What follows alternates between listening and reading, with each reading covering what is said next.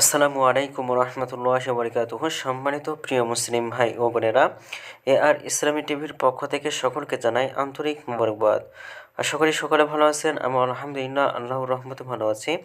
আজকে আপনাদের মাঝে আলোচনা করব নামাজের সময়সূচি সম্পর্কে। তো আজকে শনিবার 28শে ডিসেম্বর 2024 ইংরেজি, 13ই পৌষ 1431 বাংলা, 25শে জুমাদিউস সানি 1446 হিজরি। ঢাকার মতো পার্শ্ববর্তী এলাকার নামাজের সময়সূচিগুলো তুলে ধরছি। তারপর অন্যান্য জেলা বিভাগগুলো নামাজের সময়সূচিগুলো তুলে ধরবো। তো আজকে ঢাকা এবং তার পার্শ্ববর্তী এলাকার তাহাজ্জুদ এবং সেহরির শেষ সময় হলো 5টা বেজে 13 মিনিটে। আজকে ফজরের নামাজের ওয়াক্ত শুরু হবে, অর্থাৎ ফজরের নামাজের ওয়াক্ত শুরু হবে 5টা 18 মিনিটে এবং শেষ হবে 6টা 38 মিনিটে। জোহরের নামাজের ওয়াক্ত শুরু হবে 12টা 1 মিনিটে এবং জোহরের নামাজের ওয়াক্ত শেষ হবে 3টা 43 মিনিটে। আসরের নামাজের ওয়াক্ত শুরু হবে 3টা 44 মিনিটে, শেষ হবে 5টা 19 মিনিটে।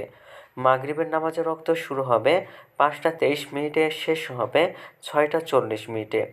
এশার নামাজের ওয়াক্ত শুরু হবে 6টা 41 মিনিটে এবং এশার নামাজের ওয়াক্ত শেষ হবে 5টা 13 মিনিটে।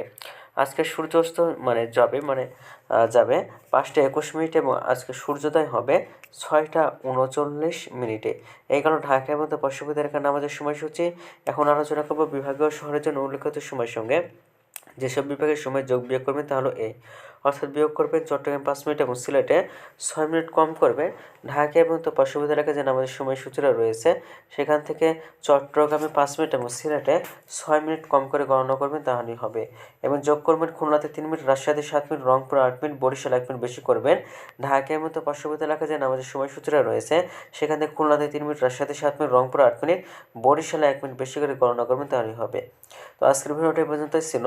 আর এই সূত্রগুলো দিয়েছে আমাদের ইসলামী ফাউন্ডেশন। ভিডিওটি ভালো লাগলে অবশ্যই চ্যানেলটি সাবস্ক্রাইব করে পাশে থাকবেন। ধন্যবাদ সকলকে। আসসালামু আলাইকুম ওয়া রাহমাতুল্লাহি ওয়া বারাকাতুহু।